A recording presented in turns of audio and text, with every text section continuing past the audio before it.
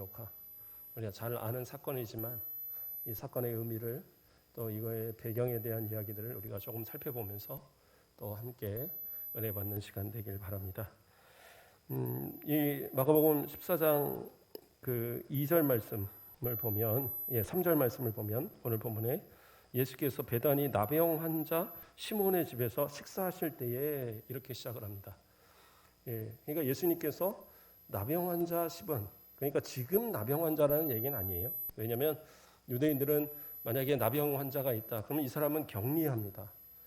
그래서 진 밖에 이제 그 출애굽 당시에 그 진 밖에 격리했다가 그 사람이 나으면 그때 데려와서 제사장들에게 이렇게 그 보여주고 그것이 깨끗하게 나았다는 것이 증명이 될 때에 그래서 진중에 들어올 수가 있었거든요. 마찬가지입니다. 이 당시에도 성 안에서 자기 집에서 그렇게 지낼 수 있다라는 것을, 마을에서 지낼 수 있다는 것은 그 나병이 완전히 나았다라는 것을 전제로 얘기합니다. 물론 나병의 기준이 지금 우리가 말하는 것과는 조금 틀려요. 그 당시에 나병이라고 표현하는 것은 지금처럼 우리 한센병을 얘기하는 게 아니라 한센병을 포함하지만 좀 아주 극심한 어떤 피부병, 이 잘 낫지 않는 그런 피부병 있잖아요. 그것이 극심할 경우에 그것도 다 포함을 했어요. 그러니까 약간 전염성이 있는 모든 그런 피부병 계열들을 나병으로 이렇게 좀 이렇게 묶은 그런 경향이 있습니다. 이 구약적 이 설명을 보면. 그러나 어쨌든 그러한 전염을 막기 위해서 그 진 밖으로 가서 지내게 했었기 때문에 여기서 나병 환자 시몬이라고 말하는 것은 나병 환자였던 시몬이라는 의미예요. 그래서 이 시몬이 어느 때인가 예수님 앞에 예수님께 이제 그 치유를 받았던 거죠. 그래서 그 치유를 받은 이 시몬이 예수님께서 베다니에 오셨을 때 그 예수님을 모시고 이제 잔치를 하면서 베풀었던 그러한 이제 이 배경으로 삼고 있습니다. 이때에 이 시몬이 그러면 과연 누구이냐? 시몬이 과연 누구인가라는 것을 우리가 볼 때 명확하게 성경이 설명하지는 않습니다. 그러나 이제 다른 복음서, 이 마태복음이라든가 요한복음에 나오는 그 이 사건을 이렇게 함께 볼 때에 그 시몬에 대한 이야기가 이제 나타납니다. 특히 이제 요한복음에서는 명확하게 이야기를 하는데 그가 누구냐? 베다니에 사는 시몬이에요. 그런데 그 시몬의 집에서 잔치할 때에 누가 나오냐면 마르다가 거기서 일을 돕습니다. 일을 해요. 마르다가 일을 하고 그 다음에 나사로는 그 예수님과 예수님의 제자들 그 사이에서 함께 음식을 먹어요. 그리고 이제 이어서 나오는 그 향유옥합을 깬 여인을 그 요한복음에서는 그 여인이 바로 마리아라고, 마르다의 동생, 이 나사로의 동생 마리아라고 지칭을 하고 있어요. 그러므로 이 시몬은 그 집안 사람들과 관계된 사람인 거예요. 그러나 어떤 사람들은 이것이 그 시몬이 나사로와 같은 사람이다라고 이야기를 하는데, 그러나 요한복음에서 분명히 분리가 돼 있어요. 시몬의 집에서 그렇게 모여서 잔치하는 그때에 이 나사로는 분명히 이제 예수님과 같이 있거든요. 그래서 시몬이라는 사람을 누구로 보느냐?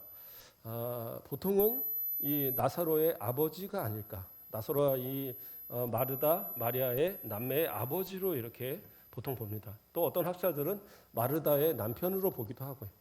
자, 어쨌든 그렇게 해서 시몬이라는 사람의 그 집에 이제 이 잔치하게 되는 이 자리에 예수님께서 이 자리에 함께 하시게 된 겁니다. 그런데 이제 우리가 또 한번 또 고민해 볼 부분이 뭐가 있냐면, 오늘 본문에서 1절을 보면 뭐라고 합니까? 이틀이 지나면 유월절과 무교절이라 이야기하고 있어요. 이틀이 지나면 유월절과 무교절이라. 그러니까 유월절은 그 니산월이라고 해서 출애굽 당시에 그 달을 첫 달로, 유대인들은 첫 달로 봅니다. 그러니까 원래는 3월과 4월 중간쯤인데 그 달을, 그러니까 우리 양력으로 치면 3월과 4월 중간쯤인데 유대력으로 쳤을 때 그 달을 정월로 하나님께서 정하셔서 그 달이 정월 니산월 14일을 유월절로 지킵니다. 그럼 무교절은 뭐냐면 그 다음 날부터 해서 그 이어서 21일까지 7일간을 그러니까 6월절까지 포함하면 8일간을 무교병과 쓴나물을 먹으면서 그렇게 지내는 거예요. 그런 이제 그 절기라 해서 무교절이라 말하는 거예요. 그러니까 엄밀히 말하면 6월절과 무교절은 서로 다른 거지만 우리가 보통 이제 상식적으로 알고 있겠지만 유대인들은 날짜를 계산할 때에 저녁이 되면 아침이 되니 이 창세기 1장에 나오는 그 말씀, 그냥 1장에 나오는 그 말씀처럼 날짜의 계산을 저녁부터 계산을 해요. 그러니까 우리가 때로는 이 날짜를 성경을 보면서 헷갈릴 때가 있습니다. 이게 다음 날인지 전날인지 막 헷갈려요. 왜 그러냐면 저녁이 되면서 다음 날로 넘어가기 때문에 같은 날에 이루어지는 이야기인데도 불구하고 하루가 넘어가 버리는 거예요. 그러니까 이것이 뭐 한마디로 월요일 날 있은 일인지 화요일 날 있은 일인지가 애매한 경우들이 있습니다. 왜 그렇게 나타나느냐? 바로 이 날짜의 개념이 우리가 생각하는 것처럼 밤 12시에서 넘어가는 게 아니라 해가 지면 바로 다음 날이 되는 거예요. 그러니까 오늘 밖에 나가서 실컷 놀다가 해가 지면 집에 다음 날 들어오는 겁니다. 그러니까 이제 이런 개념이 되니까 조금 이제 우리가 생각하는 것과 좀 헷갈림이 있어요. 그래서 여기서도 표현하는 것이 바로 6월절과 무교절이라고 해서 이것을 한꺼번에 묶어서 이야기하는 겁니다. 자, 어쨌든 그래서 6월절 이틀 전 날이에요. 예. 그리고 이 날에 어쨌든 이렇게 이루어지는데 요한복음에서는 조금 다른 말을 합니다. 요한복음에서는 이 날을 언제로 보느냐면 엿새 전이라고 얘기하고 있어요. 6월절 엿새 전. 그러면 날짜로 확연하게 날짜가 차이 나잖아요. 그러면 이게 어떤 차이가 나타나느냐? 이게 참 이제 혼란이 옵니다. 요한복음 이제 12장에 나오는 이야기인데, 그러나 이제 결국에 우리가 알 수 있는 부분은 뭐냐면 이것이 실수로 틀렸다라고는 볼 수가 없어요. 왜냐하면 명확하게 그 마태와 마가가 동일하게 이틀 전이라고 얘기하고 있고 요한은 엿새 전이라고 분명히 얘기를 하거든요. 그럼 이 차이는 어떻게 나타나느냐?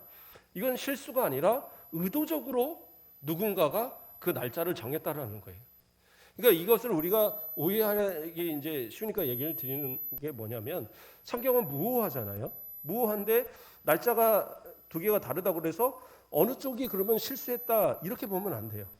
성경은 정확한 의도를 가지고 어떤 것을 변경할 때는 그것은 오류가 아니라 그것을 설명하기 위한 가장 좋은 방법으로 그것을 변형시키는 거거든요.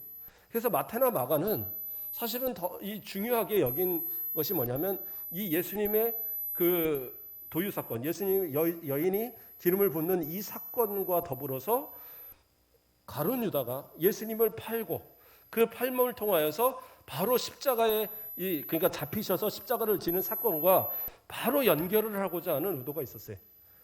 그래서 예수님의 이 도유 사건, 그 예수님의 죽으심을 준비하는 이 도유 사건과 그리고 예수님을 파는 가룟 유다의 이야기, 그리고 예수님의 잡히심, 그리고 이제 예수님의 십자가까지 이렇게 쭉 연결하는 그런 하나의 이해를 돕기 위해서, 그렇죠? 그렇기 때문에 이것을 이틀 전으로 끌고 온 거예요, 이 사건을. 그러나 시간적인 부분으로 볼 때는 요한의 이야기가 맞는 거예요. 그래서 요한이 갖고 있는 이 분명한 날짜 개념, 요한은 상당히 날짜 개념을 정확하게 사용을 하고 있거든요. 그래서 요한복음에 나오는 그 12장에 나오는 것처럼 엿새 전이 분명히 맞는 이야기가 되는 겁니다. 왜냐하면 이 나머지 모든 이야기가 다 동일해요. 그런데 이제 누가복음에 7장에 보면 그 도유의 사건이 또 하나 나옵니다. 그런데 이것은 학자들이 공통적으로 이것은 뭐냐? 다른 사건으로 봅니다. 그러니까 예수님의 머리에 기름을 부었던 사건이 한 번만 있었던 게 아니라 두 번이 있었던 겁니다. 그래서 한 번은 바로 이 십자가 직전에 이 베다니 지역에 있었고 또 한 번은 언제냐? 갈릴리 지역에서 복음을 전하실 때에 그때에 한 바리새인이 예수님을 초청했어요. 그게 누가복음의 이야기입니다. 그래서 공생의 초기에 있었던 일이에요. 그래서 예수님을 초청했는데 예수님한테 뭐 발 씻는 물도 주지 않고 예수님을 극진히 이렇게 대접도 안 하고 그랬는데 한 여인은 와서 어떻게 해요? 그 죄인인 그 마을에서 죄인으로 알려진 여인이 와서 그 옥합을 깨서 예수님의 머리에 기름을 부었단 말이에요. 그리고 자신의 머리로 이렇게 닦고 하는 그 장면이 거의 비슷하게 동일하게 나타나지만 그러나 어쨌든 그때의 사건은 뭐냐면 그 이 바리새인이 속으로 뭐라고 생각을 하냐면 그 누가복음 이제 7장에 나오는 사건에 보면 저 사람이 진짜 선지자라면 당연하게 이 사람이 죄인이라는 걸 알 텐데 어떻게 저렇게 그것을 다 받고 있느냐라는 것을 이제 속으로 생각을 합니다.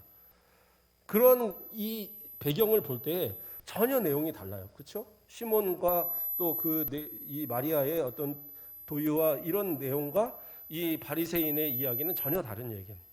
그래서 학자들은 두 번의 도유 사건이 있었을 거로 봐요. 그래서 이 사복음서에 다 도유 사건이 나오지만 이 누가복음만큼은 복음서 초기로 해서 제외하고 이 나머지 마태와 마가와 요한의 사건이 동일한 사건으로 이렇게 보는 겁니다. 자, 다시 이제 마가복음으로 넘어가서요. 자, 그 다음에 이제 어떤 일이 일어납니까? 예수님께서 나병 환자 집에서 식사하실 때 한 여자가 매우 값진 향유, 곧 순전한 나드 한 옥합을 가지고 이렇게 나옵니다. 그렇죠? 그 옥합을 가지고 와서 깨트려서 예수님의 머리에 부어요. 자, 그 여인은 누구라고 그랬어요? 마태하고 마가는 그냥 한 여인이라고만 표현을 합니다. 한 여자가 이렇게 표현을 하고 있어요. 그러나 요한은 명확하게 그 여자가 마리아라고 이렇게 밝히고 있습니다. 그러면 왜 마태와 마가는 그 여자를 마리아라 말하지 않았고 이 요한은 그 여자를 마리아라고 이렇게 지칭하고 있느냐? 이것은 이제 그 당시의 상황을 우리가 좀 생각을 해봐야 돼요. 마태복음이나 마가복음이 쓰였을 당시에는 아직 뭐 나사로라든가 적어도 그 막내 동생인 마리아 정도는 살아있을 나이인 거예요. 그러니까 그때에 있어서 이들의 이름을 거명해서 정확하게 사용을 하게 되면 당시에 있던 유대인들에게 이들이 핍박을 받을 그런 확률이 크단 말이에요. 그렇기 때문에 마태나 마가는 그들의 이름을 이제 사용하지 않고 이 여인을 마리아라고 하지 않고 한 여자라고 그렇게 표현을 바꿔서 얘기를 한 겁니다. 그러나 요한이 명확하게 이야기하는 이유는 뭐냐면 요한복음이 이 요한의 거의 마지막 생애 때에 기록되어진 그런 복음서거든요. 그러니까 요한이 거의 90살이 그 정도 될까요? 뭐 그 정도 이제 이상 되었을 그 나이에 그때 이제 기록되어진 그러한 나이입니다. 그러니까 AD 90년이니까 90살이 아니라 한 80 몇 살 정도 되겠네요. 왜냐면 예수님보다 한 10살 이상 어린 걸로 보거든요.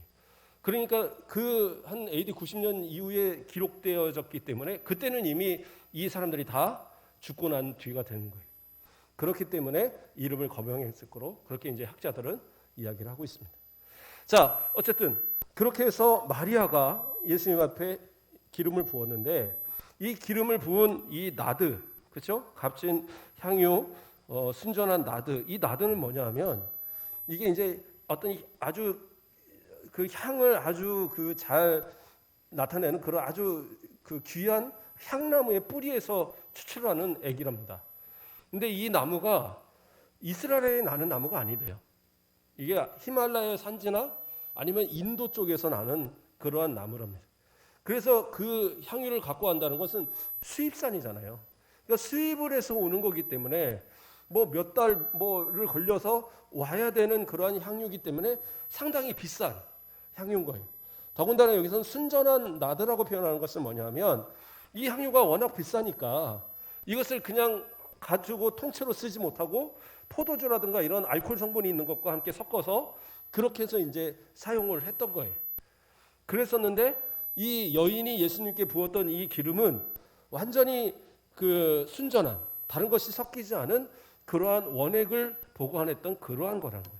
그것도 그 양이 한 근이나 되는, 그러니까 한 옥합이 상당히 큰 양이었던 겁니다. 그래서 이것이 가치로는 얼마나 돼요?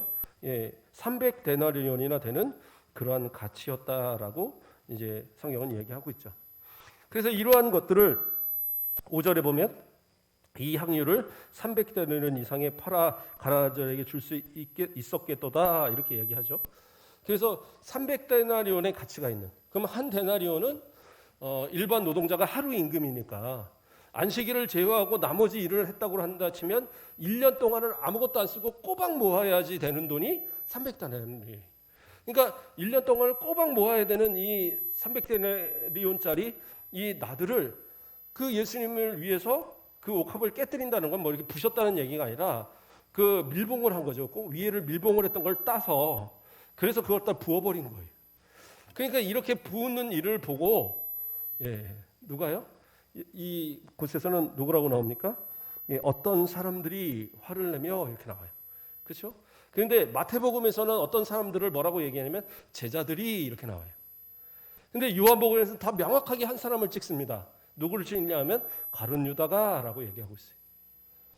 그러니까 여러 사람들이 막 웅성웅성했던 거예요. 아, 이거 뭐 왜 저런 향유를 붓는 걸 예수님이 가만히 계시지? 왜 그거를 이렇게 붓도록 가만히 있는 거야?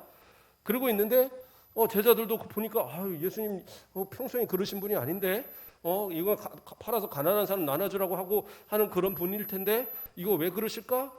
이제 이런 생각들을 하고 있는 겁니다. 그런데 거기에서 아주 강하게 불만을 토로했던 사람이 누구냐? 가룟 유다라는 거예요. 가룟 유다가 아니 이거 300데나리온이나 되는 거 팔으면 가난한 사람들한테 얼마든지 나눠줄 수 있을 텐데 이것을 왜 이렇게 합니까? 이렇게 따지는 거예요. 그런데 요한복음에서는 그 가룟 유다의 이름을 명확하게 말할 뿐더러 그렇죠? 요한복음 12장에 가면 명확하게 말할 뿐더러 뭐라고 얘기하느냐? 그는 도둑이라고 나옵니다. 그러니까 사람들이 예수님이 복음을 전하고 이랬을 때 예수님의 그 복음 사역을 위해서 쓰도록 돈을 기부하는 사람들이 있었던 거예요. 헌금을 내는 사람들이. 그 돈을 누가 관리했냐면 가룟 유다가 관리했던 거예요. 근데 가룟 유다는 그렇게 받은 돈에서 일부들을 훔치는 그런 일을 자주 행했던 겁니다. 그러니까 제자들이 이미 알고 있었던 거예요. 알고 있었지만 그것을 모른 척 해주는 그런 모습이었던 겁니다. 그러니까 그것이 그렇게 큰 돈은 아니었을 테니까. 그러나 300데나리온이라는 돈을 볼 때에 이 가룟 유다는 그것에 욕심이 생긴 거예요. 그래서 그것을 가지고 비방하고 비난하는 그런 모습이 되었던 거예요. 그러나 여인은 그것을 낭비한 게 아니잖아요. 낭비한 게 아니라 예수님께 부어서 예수님 앞에 이것을 드린 거예요. 물론 예수님께서 이렇게 부을 때 이것도 이제 좀 차이가 납니다. 마태나 마가는 뭐라고 표현을 합니까? 여기서 우리가 볼 때 자, 이 기름을 갖다가 부었어요. 그래 어디에 부었습니까? 예수의 머리에 부었습니다. 그런데 이제 요한복음으로 와서 요한복음 12장에 가보면 뭐라고 나옵니까? 3절 말씀에 보면 마리아는 지극히 비싼 향유 곧 순전한 나드 한 근을 가져다가 예수의 발에 붓고 자기 머리털로 그의 발을 닦으니 이렇게 이야기하고 있어요. 그러니까 이게 이제 좀 차이가 나잖아요. 머리에 부었다고 나오는데 요한은 발에 부었다고 나옵니다. 근데 이제 이것을 학자들은 보통 해석을 어떻게 하느냐? 일리 있는 해석이라고 봅니다. 이 한 근이라는 이 무게가 어느 정도의 양일지 모르지만 상당히 많은 양인 겁니다. 그래서 그 양을 머리에 부었을 때에 그 나들을 부었을 때 이것이 흘러서 온 옷을 적시고 발까지 내려간 거예요. 그래서 발까지 적셔지는 그 가운데에 여인은 그 발을 닦은 겁니다. 예, 뭐 간단하게 해석이 되는 이야기입니다. 자, 어쨌든 그렇게 했을 그 헌신이 과연 낭비냐는 거예요. 이 귀중한 나드 300달러 어쩌면 여인의 결혼식, 이 마리아의 나중에 결혼을 위한 그런 준비한 예물일 수도 있고 어떤 나중에 큰 어떤 돈을 위해서 어떤 저축용으로 이렇게 사두었던 걸 수도 있을 거예요. 그러나 이것을 예수님을 위해서는 가감없이 그것을 아낌없이 그것을 깨서 부어드렸단 말이에요. 그 헌신, 그 노력이 과연 비난받을 만한 그러한 모습이었는가? 물론 상당히 비싼 것을 단번에 써버린다? 그것이 좋지 않을 수도 있어요. 그러나 예수님은 뭐라고 얘기를 하시느냐? 8절에 그는 힘을 다하여 내 몸에 향유를 부어 내 장례를 미리 준비하였느니라 이렇게 하고 있어요. 그러니까 가난한 자들은 항상 너희와 함께 있지만 아무 때라도 너희가 돕고 싶으면 도울 수 있지만 나는 그렇지 않다라는 거예요. 나는 곧 이곳에 없을 것이다라는 거죠. 죽을 것이라는 것을 이야기하고 있는 거예요. 항상 함께하지 않는다. 그런데 이 여인은 어떻게 해요? 내 몸에 향유를 부어서 내 장례를 준비하였다. 그러니까 이 향유가 쓰이는 것이 어떤 귀한 이런 어떤 치장을 위해서 쓰이기도 하지만 죽은 시체에게 발라서 또 이 부패를 좀 방지하고 또 그 악취를 좀 이렇게 사라지게 하는 그런 역할도 사용을 했던 거예요. 그래서 예수님은 저 여인은 나의 장례를 위해서 준비한 것이다, 그렇게 인정을 해주셨어요. 더 나아가서 어떤 학자들은 이것을 뭐라고 표현하냐면 예수님의 그 기름 부음 사건으로 해석하기도 합니다. 물론 두 가지 이제 이야기가 있어요. 하나는 세례 요한이 세례를 베풀 때 예수님께서 세례를 받으신 사건을 기름 부음의 사건으로 보기도 하고, 근데 실제적인 기름을 사용된 것이 바로 이 여인의 기름 부음이기 때문에 그리스도의 기름 부음이 바로 이때다라고, 이렇게 왕의 기름 부음 같이 그리스도의 기름 부음이 바로 이때다라고 이렇게 설명하기도 합니다. 그러나 이제 엄밀히 말하면 기름이라는 단어는 분명히 이곳에서 연결이 되지만, 그러나 세례 요한의 세례가 사실은 도유 사건을 대체한 것으로 보는 것이 원칙적으로 더 맞아요. 왜냐하면 예수님의 공생의 기간은 그리스도의 사역이지 그것이 그냥 일반적인 사역이 아니거든요.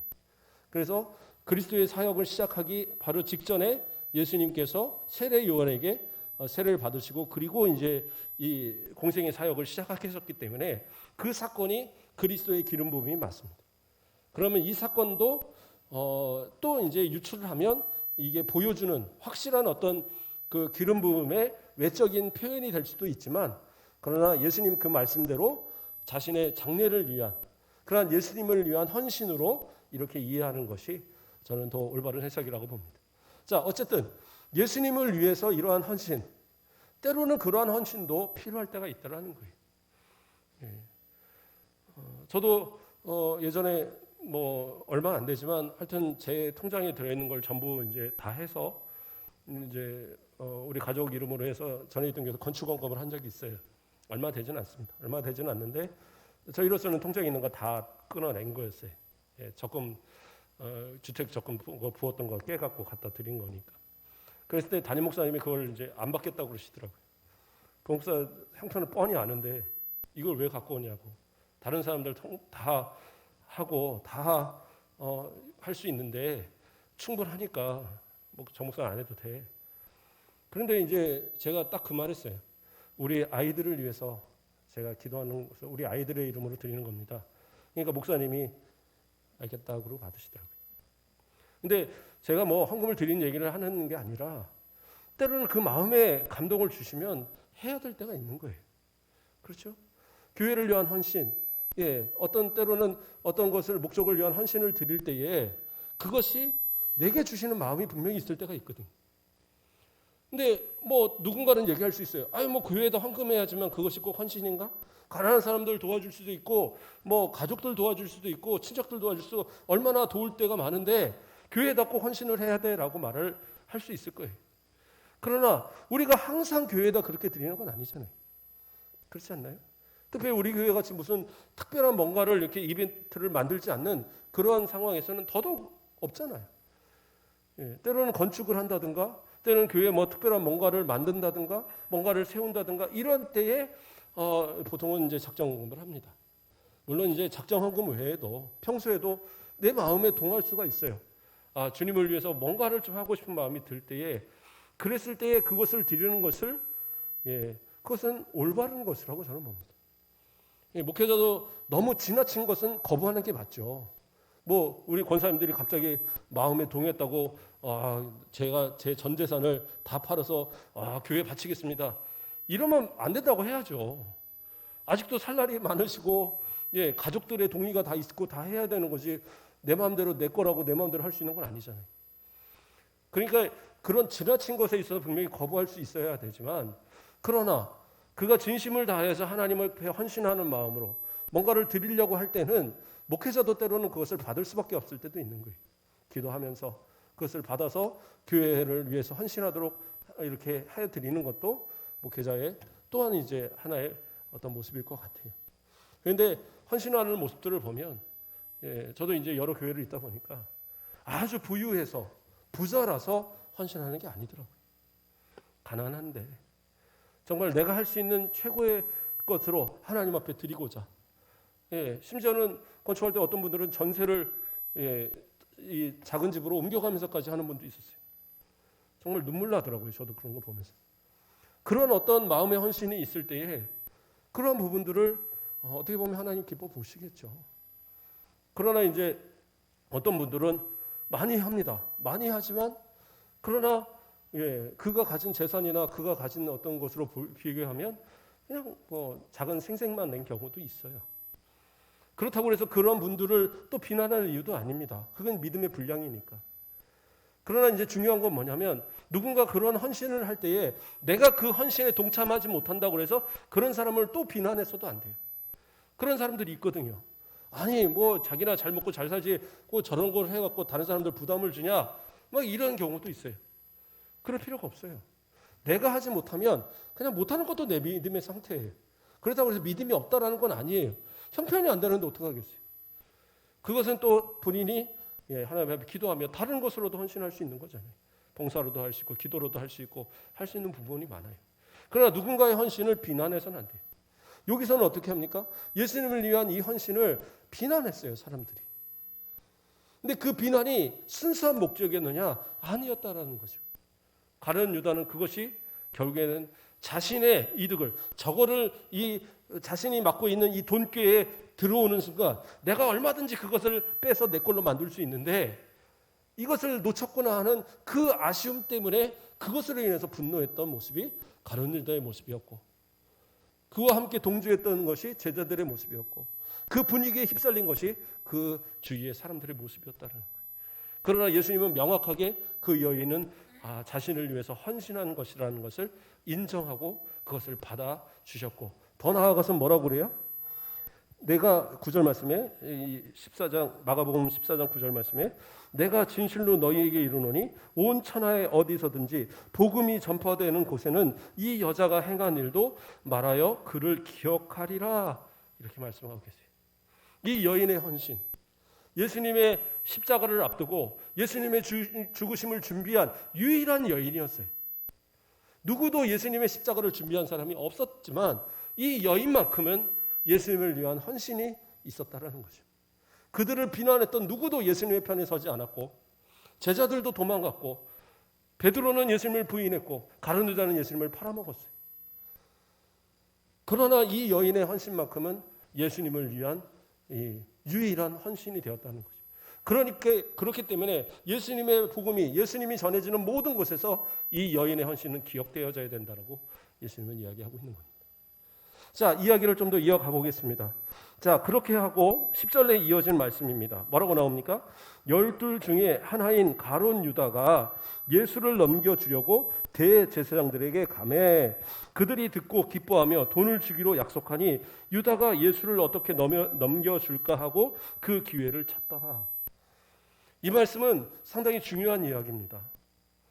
여인은 헌신을 했어요. 자신의 가장 귀한 것을 가지고 헌신했지만 이 가룟 유다는 그것이 아까운 마음이 들고 그것이 자신의 마음에 그 자리 잡기 시작하니까 어떻게 해요? 나아가서 오히려 예수님을 팔아서 자신이 그 생각했던 돈을 채우고자 했던 거예요. 이게 엄청난 사건입니다. 어떻게 보면 예수님의 십자가, 물론 이것은 하나님의 계획과 예수님의 그 성취 가운데 이루어지는 것이지만 그러나 이 예수님을 십자가에 못 박는 어떤 도화선이 됐던 그 역할은 누가 했느냐? 바로 이 가룟 유다가 한 겁니다. 그 증거가 뭐냐면 14장 1절의 말씀에 나오고 있어요. 다시 1절 말씀을 1절과 2절 말씀을 읽어드리면 이튿날이 지나면 유월절과 무교절이라 대제사장들과 서기관들이 예수를 흉계로 잡아 죽일 방도를 구하며 자 예수님을 잡아 죽이려고 대제사장들이 서기관들과 함께 모의했어요. 어떻게 하면 잡아 죽일까 방도를 찾고 있었어요. 그런데 2절 말씀을 뭐라고 나와요? 이르되 밀란이 날까 하오니 명절에는 하지 말자 하더라. 이게 무슨 얘기예요? 유월절이 지금 무교절이 가까이 오는데 이 무교절이나 유월절 사람들이 많이 모였을 때 예수님을 잡아서 예수님을 십자가에 그때는 십자가라는 말도 안 나오죠. 어쨌든 예수님을 죽이려고 잡으면 사람들이 가만히 있지 않을 거라는 거예요.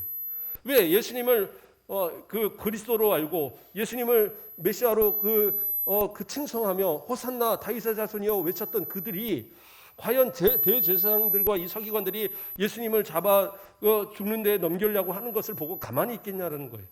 밀란이 일어날 거라는 거예요. 그러니까 명절에는 하지 말자. 무슨 말이에요? 사람들이 다 흩어지고 예루살렘을 다 떠나고 그 사람 수가 적을 그때 가서 예수님을 잡아 죽이자, 이렇게 얘기했던 거예요.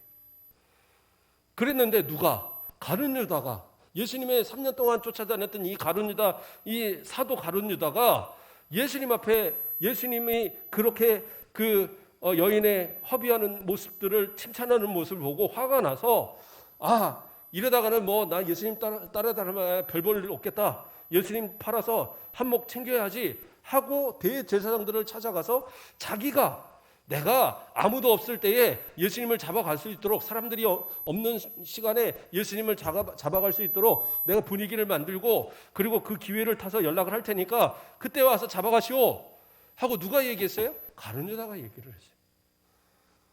그래서 예수님이 바로 유월절 전에 십자가에 못 박히는, 금요일날 못 박히는 일이 생겨났던 거예요. 그러니까 원래는 어떻게 해요? 예수님을 잡아서 이때 죽이려고 이들은 계획도 안 했어요. 죽이려고 계획은 했지만 이때는 불가하다고 생각을 했던 거예요.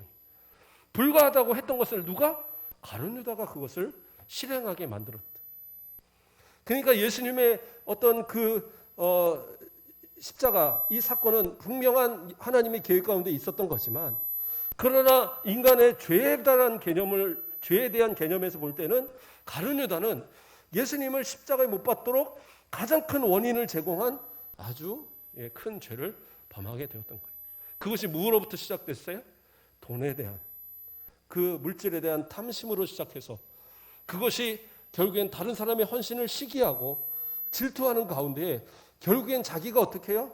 오히려 예수님을 배반하는 그러한 모습으로 바뀌게 되었다는 거예요. 이것은 우리에게도 상당한 교훈을 갖게 합니다. 내가 헌신하지 못한다고 해서 결코 비난하는 사람이 돼서는 안 돼요. 내가 헌신하지 못하면 하나님 앞에 오히려 회개하고 제게 헌신할 수 있는 기회를 달라고, 힘을 달라고, 능력을 달라고 기도해야지. 다른 사람의 헌신을 비난하고 비방하고 그 시기할 때에 결국에 어떻게 해요? 마귀가 그 마음을 빼앗아서 예수님마저 팔아넘기는 그러한 존재로 만들어버렸다는 거예요. 그러니까 역사상에 그냥 유일하게 제자들 가운데 그 예수님의 그 제자들 가운데 천국 못 가고 지옥 간 유일한 사람이 가룟 유다잖아요. 예수님을 부인했던 베드로도 회개하고 예수님을 위해서 마지막 사도의 모든 직분을 다 감당했었는데, 그렇죠? 그러나 누구예요? 이 가룟 유다는 예수님을 팔고 결국에는 비참하게 그것도 목매다 죽은 것도 아니고 줄이 끊겨갖고 떨어져서 배가 터져서 죽는 아주 비참한 죽음을 맞이하는 그러한 모습이 되었다는 거예요. 물론 가룟 유다는 예수님을 자기가 팔았다고 해서 예수님이 십자가에 달려 죽을 거라는 생각은 안 했어요. 그렇다고 그러면 아마 안 팔을 수도 있겠죠. 그러나 나의 잘못, 내 이 탐심, 내 욕심이 결국에는 더 나아가서는 더 큰 죄로 발전할 수 있는 거예요.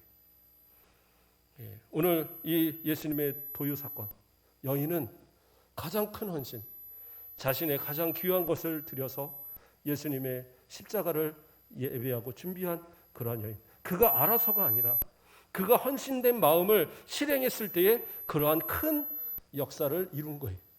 그러나 반면 가룟 유다는 자기도 예수님을 죽일 거라는 건 알지 못했지만, 그러나 그 탐심이 커졌을 때에 예수님을 죽이는 데까지 이 일이 커지는 이런 일이 생겼다는 거예요.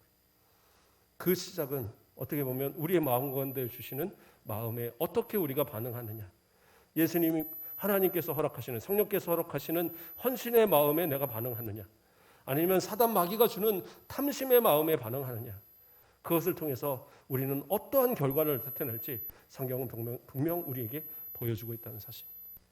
성령께서 우리에게 헌신의 마음을 주실 때 그 마음을 따라서 꼭 물질을 얘기하는 게 아니에요. 다른 헌신들, 전도, 또 기도, 예배, 또 교회에서 여러 봉사, 헌신 다 중요합니다. 내가 그것을 위해서 조금 더 헌신할 수 있는, 코로나 시대라고 이제 편안하게 그냥 집에서 TV 틀어놓고 예배 드리면 되지, 이게 아니라 이때일수록 어쨌든 더 하나님 앞에 헌신하고자 하는 그러한 모습들이 우리 가운데 있길 바랍니다. 마귀가 우리의 마음을 빼앗아 탐심으로 죄악 가운데 예수님마저 잃어버리고 지옥으로 끌고 가는 그러한 인생 살지 않도록 오직 주님 앞에 헌신된 삶에 칭찬받는 우리 모든 성도들 되시길 주님의 이름으로 축복드립니다. 기도하겠습니다. 사랑의 하나님, 감사를 드립니다. 우리를 사랑하여 주셔서 예수님의 다시 오심을 기다리며 또 우리의 삶이 주님 앞에 드려지는 헌신이 되게 하심을 감사를 드립니다. 우리에게 할 수 있만 있으면 내게 있는 모든 것으로 오직 주님을 위하여 사용하는 자들 되게 하시고, 탐심이 우리 마음 가운데 자리 잡아서 시기하고 질투하고 비방하며 주님 앞에서 벗어난 그 이탈된 가룟 유다와 같은 그러한 삶이 되지 않도록 우리의 모든 마음과 생각과 삶을 지키시고 인도하여 주시옵소서. 오늘도 복된 말씀을 따라 순종하고 하나님이 주시는 은혜 가운데 승리하는 우리 모든 성도들 되도록 인도하여 주시옵소서.